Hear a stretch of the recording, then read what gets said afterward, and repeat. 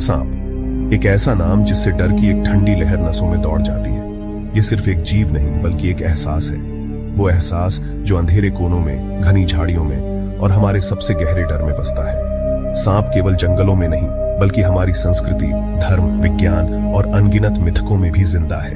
कहीं पूजा जाता है, कहीं इससे खौफ खाया जाता है, लेकिन इसे नजरअंदाज कोई नहीं कर सकता। इसकी फुर्ती, जहर और चुपचाप शिकार करने का तरीका इसे प्रकृति का सबसे कुशल शिकारी बनाता है। इस डॉक्यूमेंट्री में हम इतिहास के 10 सबसे खतरनाक सांपों की कहानियां जानेंगे, वो सांप जिनका नाम सुनते ही रोंगटे खड़े हो जाते हैं। चलिए इस खतरनाक सफर की शुरुआत करते हैं।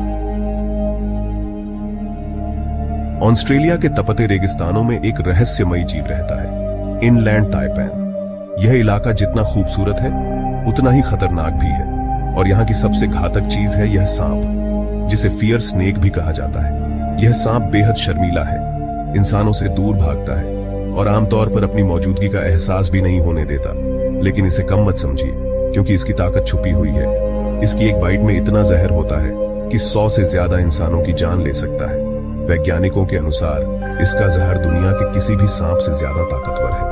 इसका जहर थाइपॉक्सिन सीधा नर्वस सिस्टम पर हमला करता है, मांसपेशियां बंद, सांसें रुक जाती हैं और मौत 45 मिनट में। अगर समय पर इलाज न मिले तो बचना नामुमकिन है। यह हमला करता है तो पता भी नहीं चलता, और जब तक लक्षण दिखें जहर अपना काम कर चुका होता है। इसकी फुर्ती और सटीकता इसे और भी खतरनाक बनाती है। खुशकिस्मती से यह इंसानों से दूर रहता है, इसलिए इसके काटने से मौतें दुर्लभ हैं। ये सांप इंसानों से टकराव से बचता है और अकेले रहना पसंद करता है। रेगिस्तान की मिट्टी जैसे रंग की त्वचा इसे छिपने में मदद करती है, और यह अपने शिकार का इंतजार करता है। बिजली की तेजी से हमला करता है। इसकी चालाकी और धैर्य इसे एक परफेक्ट शिकारी बनाते हैं। इनलैंड ताइपैन हमें सिखाता है कि सबसे शांत दिखने वाली चीजें ही अक्सर सबसे ज्यादा खतरनाक होती हैं। प्रकृति के इस रहस्य को समझना हमें विनम्र बनाता है और यह याद दिलाता है कि असली ताकत अक्सर चुपचाप छुपी रहती है। अफ्रीका के सवाना में एक नाम है, ब्लैक माम्बा, अफ्रीका की उड़ती हुई मौत। इसका नाम इसके मुंह के काले रंग से पड़ा है, जो यह खतरे में दिखाता है। यह धरती के सबसे तेज सांपों में से एक है, 20 किलोमीटर प्रति घंटे की रफ्तार से दौड़ सकता है। ब्लैक माम्बा आक्रामक है, अगर भागने का रास्ता न मिले तो बार बार हमला करता है। हर बाइट में भारी मात्रा में जहर, जो नर्वस सिस्टम और दिल पर सीधा असर करता है।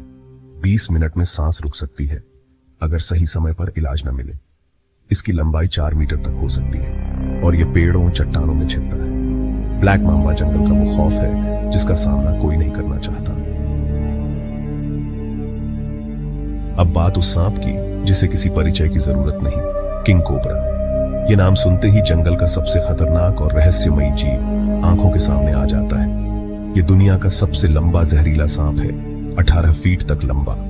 इसकी लंबाई और ताकत इसे सांपों की दुनिया का असली राजा बनाती है। खतरा महसूस होते ही यह फन फैलाता है और इसकी फुफकार किसी गुर्राते कुत्ते जैसी होती है। इसकी आवाज सुनकर जंगल के दूसरे जानवर भी सतर्क हो जाते हैं।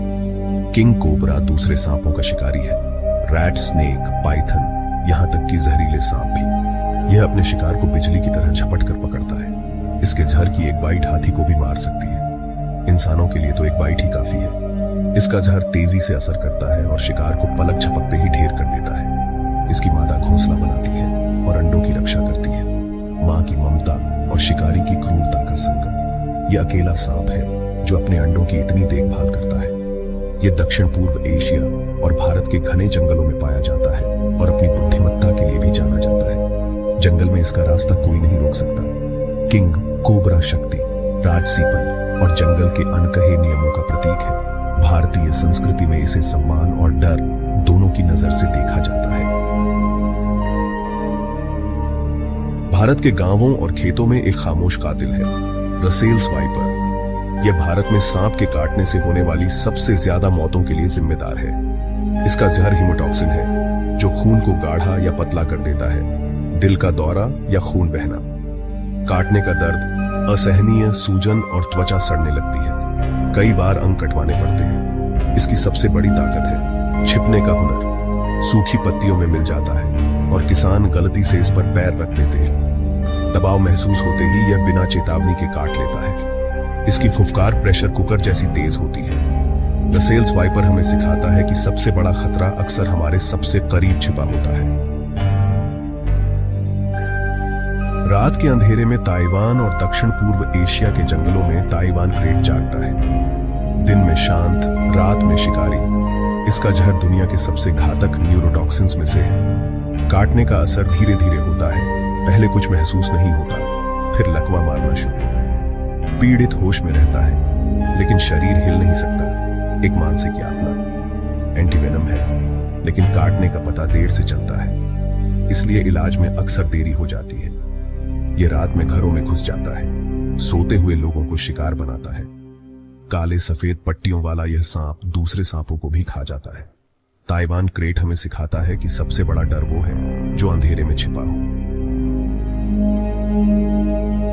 अफ्रीका के पेड़ों पर बूम स्लैंग रहता है, खूबसूरत लेकिन घातक। इसका हरा रंग और बड़ी आंखें मासूमियत का छलावा है। इसका जहर हीमोटॉक्सिन है, जो खून के थक्के बनने की प्रक्रिया को बंद कर देता है। काटने के कई घंटे बाद शरीर के हर छेद से खून बहना शुरू हो जाता है।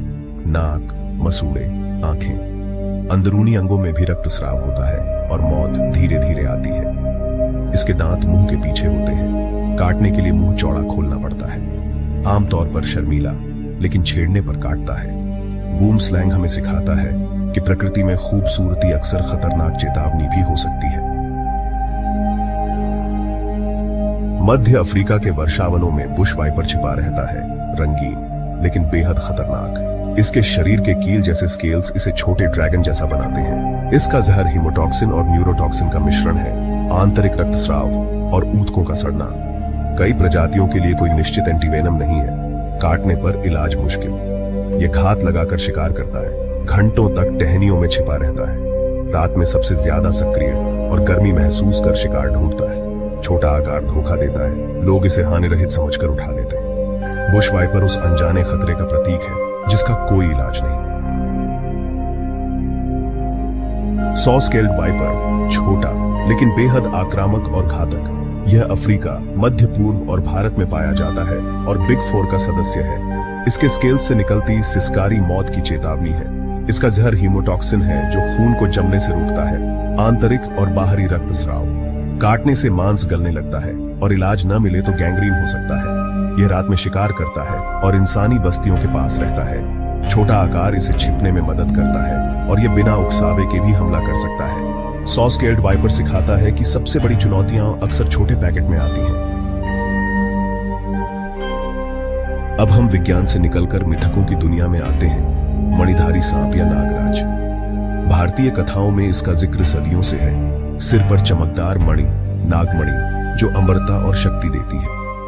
कहा जाता है यह मणि हर बीमारी का इलाज कर सकती है और जहर को बेअसर कर देती है। मणिधारी सांप इच्छाधारी भी होता है, रूप बदल सकता है, खजाने का रक्षक है। विज्ञान ने आज तक नागमणि का कोई प्रमाण नहीं दिया, लेकिन गांवों में लोग आज भी मानते हैं। शायद यह मिथक बायोल्यूमिनेसेंट फंगस या कोबरा के फन के निशान से प्रेरित हो। मणिधारी सांप विज्ञान और विश्वास के बीच की धुंधली रेखा है। यह डर, लालच और चमत्कार की हमारी गहरी इच्छाओं का प्रतीक है। अब चलते हैं महाभारत के पन्नों में। तक्षक नाग, प्रतिशोध और युगांत का प्रतीक। तक्षक का नाम सुनते ही मन में भय और रहस्य दोनों ही जाग उठते हैं। यह सिर्फ एक नाग नहीं, बल्कि एक ऐसी शक्ति थी जिसने पूरे युग के भाग्य को बदल दिया। महाभारत के युद्ध के बाद भी तक्षक की कहानी ने लोगों के मन में डर और जिज्ञासा दोनों को जन्म दिया। तक्षक नागों के राजा थे, जिनका परिवार खांडव वन में मारा गया। प्रतिशोध की आग में जलते रहे। खांडव वन की आग ने तक्षक के जीवन को हमेशा के लिए बदल दिया। अपने पूरे वंश के विनाश के बाद तक्षक के मन में प्रतिशोध की ज्वाला भड़क उठी और उसने अपने परिवार के लिए न्याय की ठानी। राजा परीक्षित को श्राप मिला कि उनकी मृत्यु तक्षक के काटने से होगी। यह श्राप उनके जीवन पर एक साया बन गया, जिससे वे कभी उभर नहीं पाए। परीक्षित जानते थे कि उनका अंत निश्चित है, लेकिन वे उससे बचने की हर कोशिश करते रहे। परीक्षित ने सुरक्षा के लिए महल बनवाया, लेकिन तक्षक कीड़े का रूप धरकर पहुंच गया। तक्षक की चालाकी और उसकी इच्छा शक्ति ने सभी सुरक्षा को व्यर्थ कर दिया। वह किसी भी रूप में आ सकता था और उसने यही साबित किया। सही समय पर तक्षक ने डस लिया। राजा की मौत, एक युग का अंत। परीक्षित की मृत्यु के साथ ही एक युग का पटाक्षेप हो गया और तक्षक का प्रतिशोध पूरा हुआ। जनमेजय ने सर्पसत्र यज्ञ किया, सभी सांपों को भस्म करने के लिए, लेकिन आस्तिक मुनि ने यज्ञ रोक दिया। यह यज्ञ केवल प्रतिशोध नहीं, बल्कि पूरे नागवंश के अस्तित्व पर संकट था। आस्तिक मुनि की बुद्धिमत्ता ने विनाश को टाल दिया।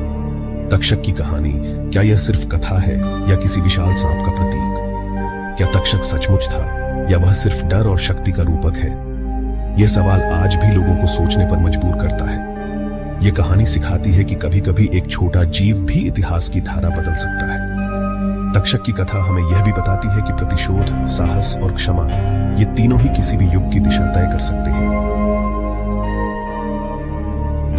तो यह थी सांपों की दुनिया, खौफ, रहस्य और शक्ति से भरी। इनलैंड ताइपैन के मूक झाड़ से लेकर तक्षक नाग की कथा तक, सांप सिर्फ जीव नहीं, बल्कि धर्म, भय और ज्ञान का संगम है। यह प्रकृति की उस दोहरी शक्ति का प्रतीक है जो जीवन दे भी सकती है और ले भी सकती है। सवाल है, क्या सांप केवल जीव हैं या वे किसी प्राचीन चेतना के वाहक? विज्ञान उनके जहर और व्यवहार को समझाता है, लेकिन पौराणिक कथाएं उनके प्रतीकात्मक अर्थ को उजागर करती हैं। दोनों दृष्टिकोण मिलकर सांप को रहस्यमयी बनाते हैं। अगली बार जब सांप के बारे में सोचें, तो सिर्फ डर नहीं, बल्कि उसके पीछे छिपे रहस्य और प्रकृति के संतुलन को भी याद करें।